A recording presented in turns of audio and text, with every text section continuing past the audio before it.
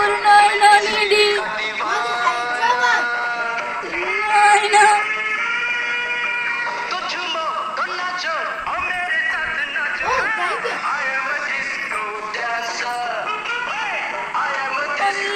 నాయన